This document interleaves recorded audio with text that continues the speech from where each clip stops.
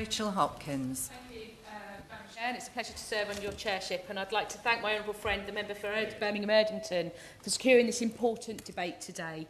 Our high streets are key hubs within our communities, and it matters that people feel safe there. But unfortunately, after 14 years of Conservative austerity, we've seen catastrophic cuts to the police service and the demise of neighbourhood policing. And as that police presence in our high streets dwindled, we saw a significant increase in crime, with skyrocketing statistics reported on antisocial behaviour, including street drinking and drug use, as well as retail theft and abuse against shop workers, to name a few.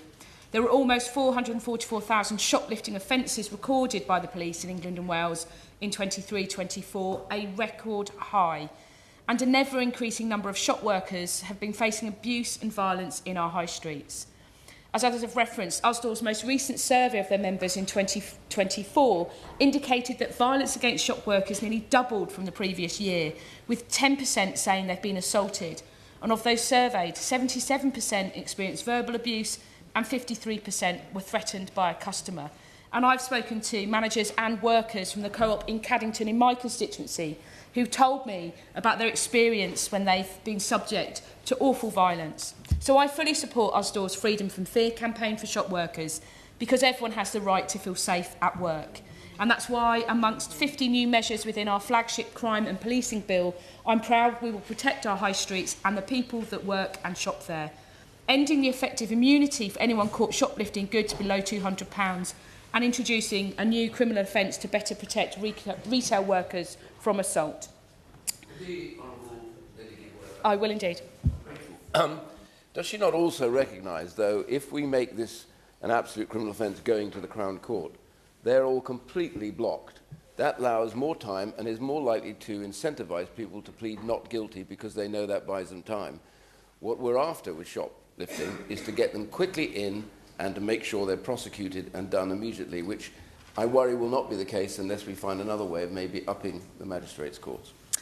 I thank the honourable member, right honourable member, for his intervention, and I think he makes a pertinent point. But this will A, act as a deterrent, and B, I'm sure the Minister has heard the point you've made very well.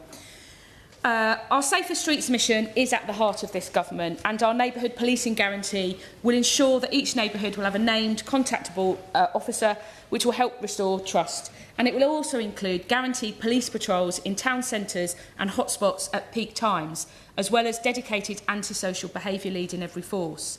And there's already great work being done in my constituency of Luton South and South Bedfordshire to restore faith in neighbourhood policing and increase presence on our high streets through the Luton Town Centre Task Force, whereby Bedfordshire Police work in collaboration with Labour-led Luton Council, Luton Bid, Luton Point and the Culture Trust, holding frequent patrols in an effort to make our town centre a safe and welcoming place for all. And in the last 2 weeks alone, these efforts have been extremely successful, with the arrest of 5 suspected drug dealers in and around the town centre and over £4,000 in cash seized, as well as Class A and Class B drugs and knives. And so I might take this opportunity to thank all of those who are working on the front line.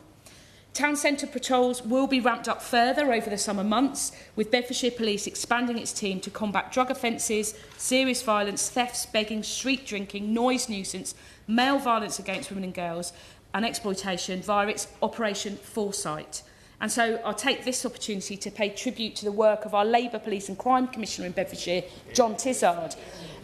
With his police and crime strategy for 25-28, he has committed to reinvigorating and strengthening local policing and police presence, with a particular emphasis on officers being visible and accessible to the public, specifically in hotspot areas and town centre patrols.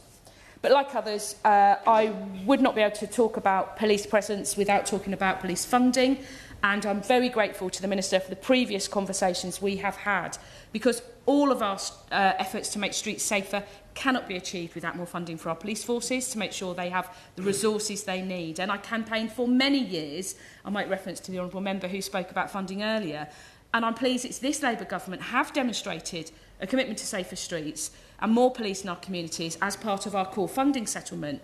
Bedfordshire Police has been awarded £67.8 million, an increase of 6.6%, as well as £1.8 million in the Neighbourhood Police Guarantee funding for 25-26.